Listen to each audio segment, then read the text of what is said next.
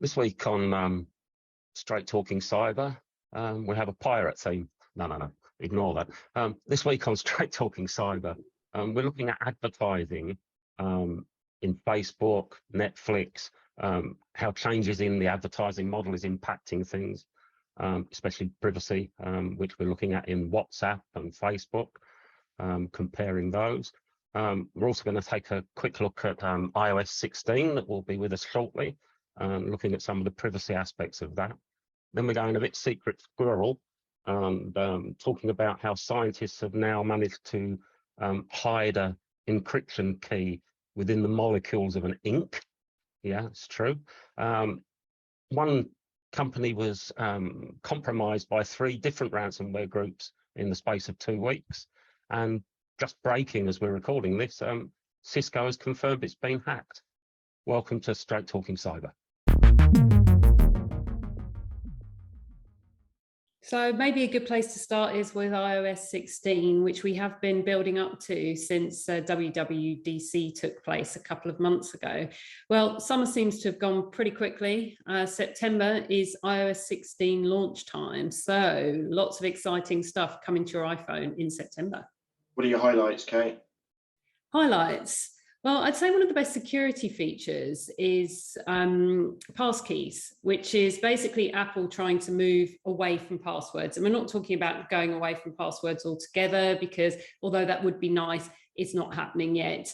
Apple, among other organizations, is a member of something called the FIDO Alliance, which is pushing things like biometrics, which means Face ID, Touch ID, instead of passwords, which are very difficult to use. They get hacked. You know, it's not a perfect solution. So what that will mean is passkeys on a very basic level work through you using Face ID and Touch ID instead of putting your password in, whether that be via a password manager or keychain, or just typing it in, which we hope people aren't doing, but some are.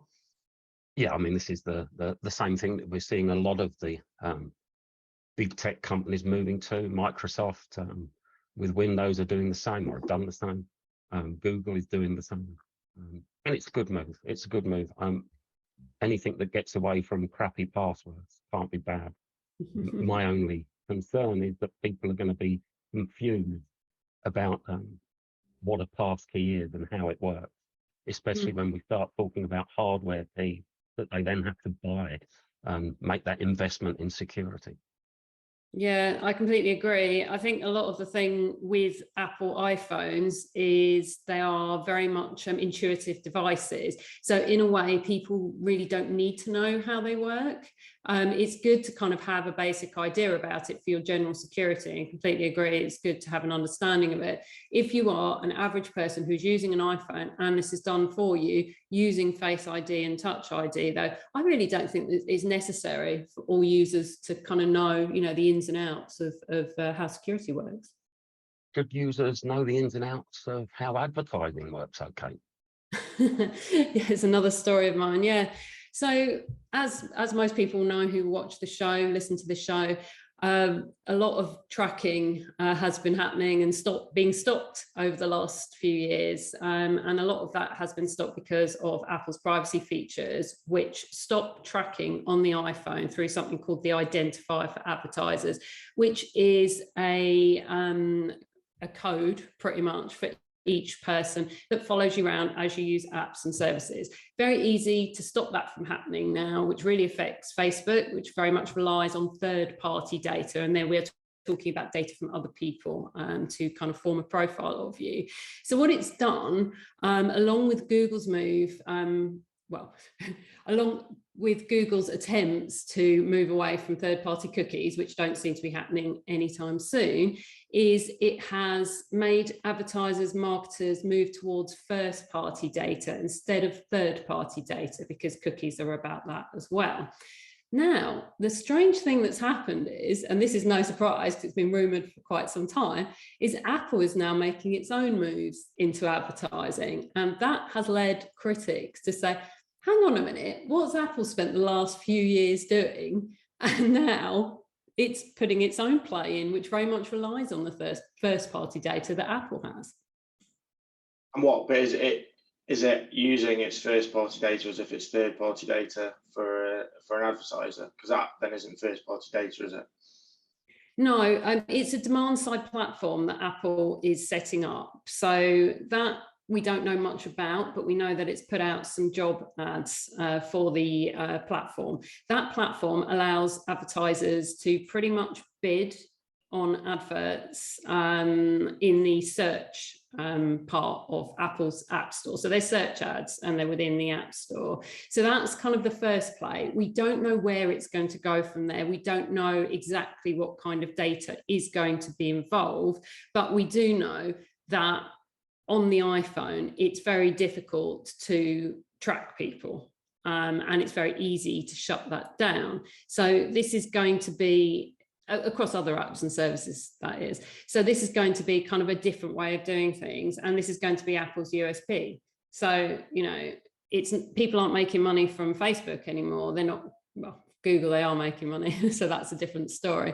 But Facebook is struggling. So this is Apple's play to actually start to monetize its users and monetize advertising, which other people are moving towards as well. I mean, look at Netflix. Netflix is moving towards advertising because people aren't wanting to pay subscriptions anymore. So Apple makes its money from hardware. And I think it's really important that we don't disparage all advertising. I mean, clearly advertising makes the world go round, right? We all get that.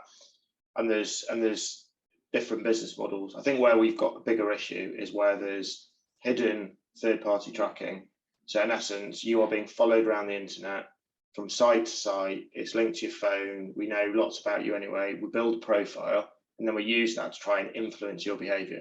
And that is beyond third-party data. That is tracking, and it's cross-site tracking. That's the stuff that we hate and that Chrome has been worst of all of the leading browsers in trying to get rid of, because it ultimately drives Google's business model. I think if first-party data is fine, you know, if you shop in a particular store and they use their information about you to try and get you to buy more, that's okay. That's reasonably fine, fairly non-controversial. The interesting thing for Apple is what data they hold on you and how they use that in essence to shape ads or to sell that data as an advertising form. And then where it would really go nuts is if they are breaking their own rules on tracking, which I suspect they won't, but that's the implied issue, is Apple is tracking you on your phone in a way that no one else can because they've shut it down, but they're doing it. That would make it controversial. Other stuff is less contentious, but yeah, it's an interesting move on their part for sure. Yeah, it is less contentious, but maybe it's more contentious for people like Facebook who are going to say, hang on a minute, so you've stopped us from advertising. Not that I'm suggesting they should, because I don't want to get us in any trouble here, but we've got antitrust stuff happening, haven't we, already in the market? And this is sure to stir things up a little bit. Yeah, I mean, we're talking there about a different way of doing things. We're talking about potentially hiding things. Those two concepts aren't necessarily bad when you take them into a different area, and that area is encryption. I've been looking at a scientific paper because that's my bedtime reading, folks. And viewers of a certain age will remember those invisible ink toys that let you write a secret message, which would then only appear on the paper after you rubbed it with a lemon. This isn't that at all. But what if I would tell you that scientists have now found a way to hide a 256-bit cipher key within the molecules of a polymer mixed with glycerol and soot to form an ink, pumped into a ballpoint pen and used handwriting to distribute that encryption key? That's what this is. And it's stupidly complicated. If you're not a science buff, in fact, it's complicated even if you are. So apologies if I dumb this down a tad in my quest to understand it personally and then communicate the guts of it to a wider audience. But here we go. This is the science bit. At the heart of the process is the ability to store information within macromolecules, or digital polymers if you prefer, in the form of a defined monomer sequence. Now, that's a class of molecules that can react with others to form larger molecules or polymers. So we're talking about very, very small amounts of information that can be stored this way, which is where the scientists come in with this latest discovery, which they say this 256-bit cipher key is by far the most information stored to date this way. And in this case, the key was used to encrypt another document containing the text to the book, The Wonderful Wizard of Oz. Now, the molecular cipher is dissolved into a solution of isopropanol. Then it's mixed, as I've said, with glycerol and soot, which creates an ink.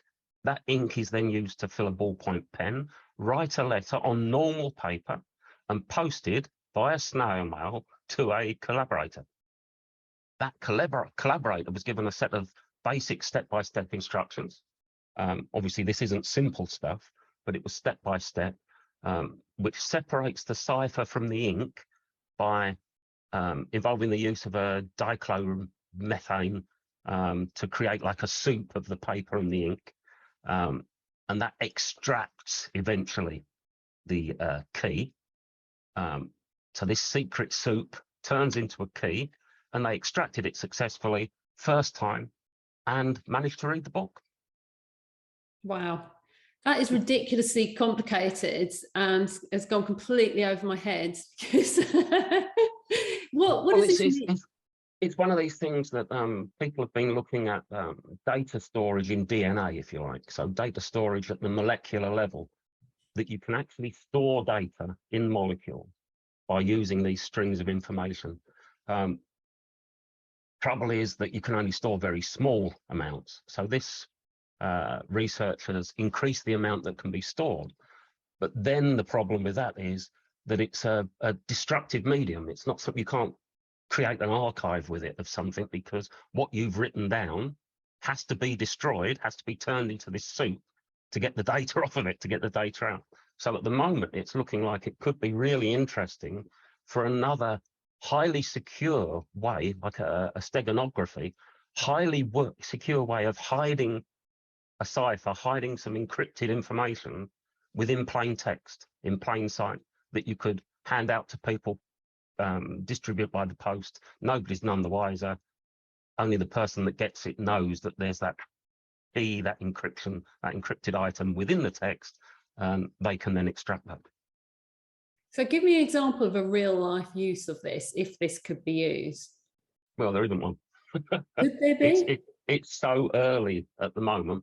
But I mean, if you needed to pass an encryption key, so you've already sent somebody an encrypted text, you needed to get them a key, and you wanted to do it in a way that nobody else is going to be able to. I mean, it's going to be pretty impossible for anybody else to even know that there was a key in there, because this is a completely different medium. This is just ink in handwritten ink on paper.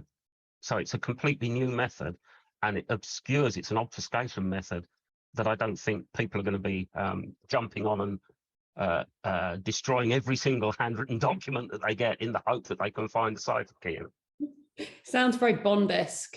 It does.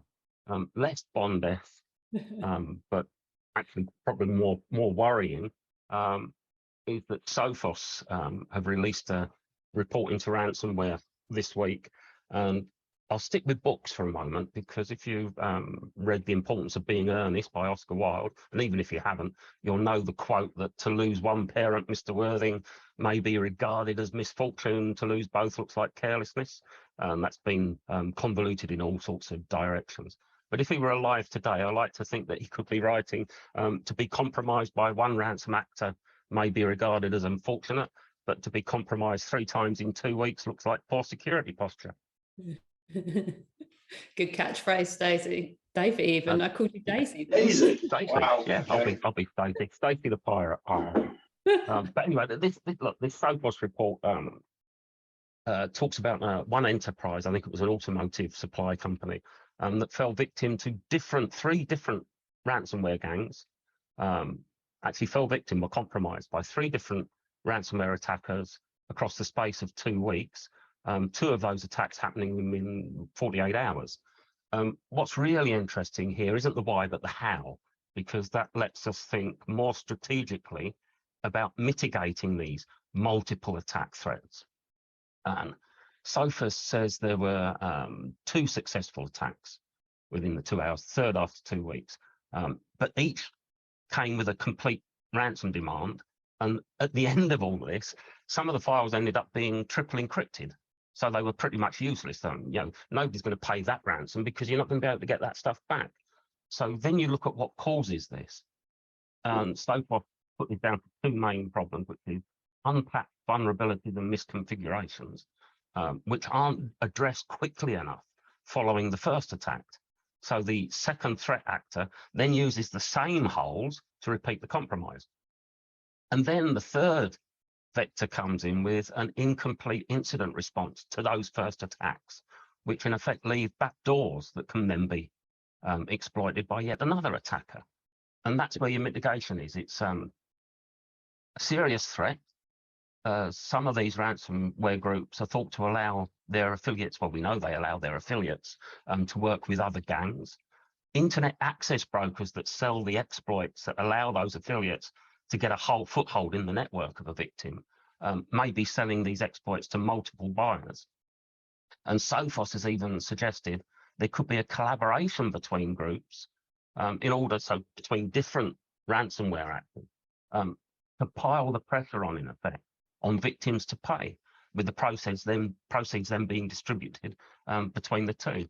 So it's another thing that you really need to get on top of your patching before these things happen, because ransomware actors are searching for this stuff all the time. Patching, you said it with a straight face, quite like that. I thought it was a little pun. Well, I do my best. Also doing their best, although you may not think so, is Cisco. Cisco were hacked. This is breaking news as we called this episode of Straight Talking Cyber. I mean, it literally only came out yesterday that Cisco confirmed it was hacked a couple of months ago at the end of May. And the attacker was another ransomware group, funnily enough, called, and I'll try and pronounce this, Yanlo Wang, which it's reported extracted and exfiltrated about 2.8 gig of data. That's yet to be confirmed, but Cisco has confirmed there was no impact on products, sensitive data, supply chain operations, whatever.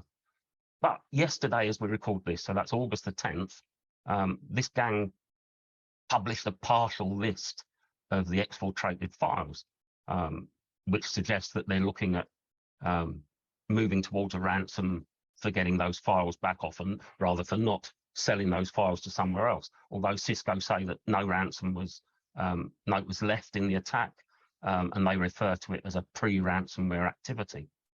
But it seems that they gained access after phishing an employee. Cisco say that they detected and ejected them quickly enough, and they weren't able to regain access despite continued attempts in the many weeks that followed. And now this sounds like terrible bad news, but I think it's actually a good thing in that Cisco are disclosing this. The Cisco security team have been very open. They're saying what's happened. They published how it happened. And again, it helps others on the strategic level to plan how to mitigate against such attacks.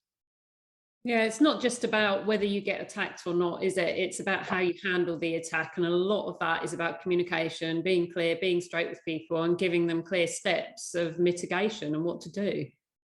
Absolutely, absolutely. I think kudos to the security team at Cisco for this. Yeah, completely agree. So Zach's got some advice for everyone this week on messenger services and what people should be using, what's got the best features and what's better for privacy. Yeah, look, it's a running theme. We've seen it for a couple of years now.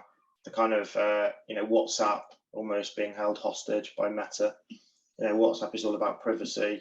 Meta, aka Facebook, here first, isn't really all about privacy. And you've kind of seen, WhatsApp is desperately trying to go in a certain direction, and it's kind of countercultural. And it's interesting this week that we've kind of seen, just a great example of that in practice. WhatsApp's pushed out some good. They're not earth-shattering, but they are good, solid steps in the direction of better privacy, better security, enabling you to control screenshots for certain very secure messages. It's really good. Other apps have had that for a while, but it's clearly the huge weakness in end-to-end encrypted messages is people just screenshot it, and then everyone will go, yeah, but you could use an external camera set up on a tripod to take a picture of your phone. It's not that realistic. Screenshot takes half a second. So we've seen that. We've seen better control over deleting messages that send sometime after the fact, which is really good because obviously we all send stuff that we regret. And then also just some privacy. We're all in 1,000 groups now and all various facets of our lives, and you can exit groups without people seeing. So all these are just, they're all good, solid steps in the right direction. Meanwhile, Facebook Messenger is kind of in the press because it's disclosed actual chat content. In this instance, it was kind of playing into the clearly current abortion controversy in the US, where it was a chat between a mother and a daughter that got covered in the press. But the point is much broader. The point is that if you're chatting without end-to-end encryption, the content you are sending is available, and whatever criticisms might have been thrown at WhatsApp because of its ownership, the stark truth is that unless you back it up in an unsecured fashion somewhere, the end-to-end encrypted conversation is not accessible by anybody. It can't be shared.